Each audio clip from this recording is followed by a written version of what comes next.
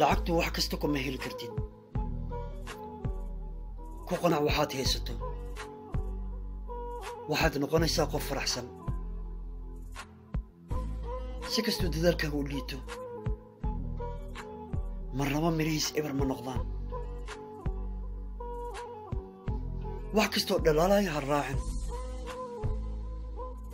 sababtoo ah dabkuba wuu dhalaalaa waqtigu waa macallin isaga ayaa ku kala saaraya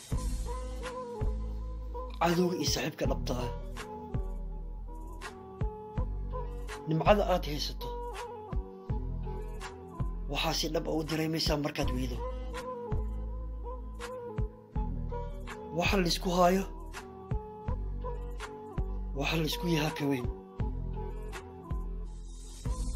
taasna xisaabta ku darso